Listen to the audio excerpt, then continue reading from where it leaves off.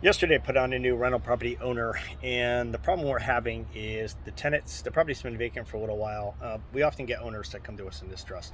Uh, Property's been vacant for a little while, and it just needs an extensive cleanup. I mean, it's to the point where probably it's going to cost the owner around $600-700 to clean this property to make it tenant ready for another tenant. Now, the issue is she apparently never collected a security deposit from the tenant. So she it appears that maybe she kind of maybe knows the tenants. I don't think she knows them well, but she knew them well enough and got excited to rent it out quickly. Did so kind of recklessly, didn't collect a security deposit. Now the tenants moved out.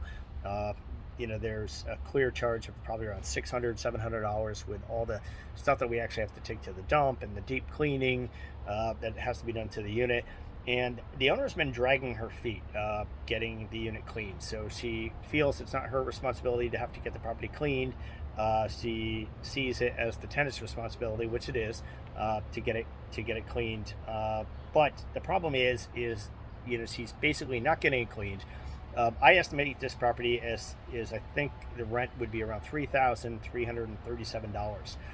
Now, if we start looking at vacancy as, and I keep saying this, as a vacancy fee that you pay as a landlord for not being able to find a tenant quickly enough. If you were to divide that $3,337, I think it was, by 30 days, I mean, that gets you, I don't know, like, I guess $12. It's got to be right, close to that, $112. So, I mean, if you can check my math on that, I might be wrong, but it's got to be pretty close. So every day she is paying a vacancy fee, what's called a vacancy penalty fee of $112 a day for not having a tenant. And we can't put a tenant in there because the place looks god awful. So, I mean, the second you own a rental property, you become an investor.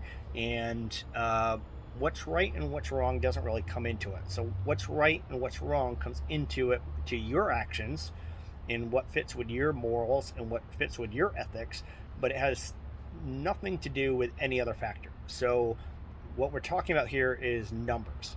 So this woman needs to get this property cleaned immediately. She needs to pay the money. And I've convinced her of this. She needs to pay the money. She needs to get this property clean so we can get a tenant in there, because it is costing her $112 a day until she does that.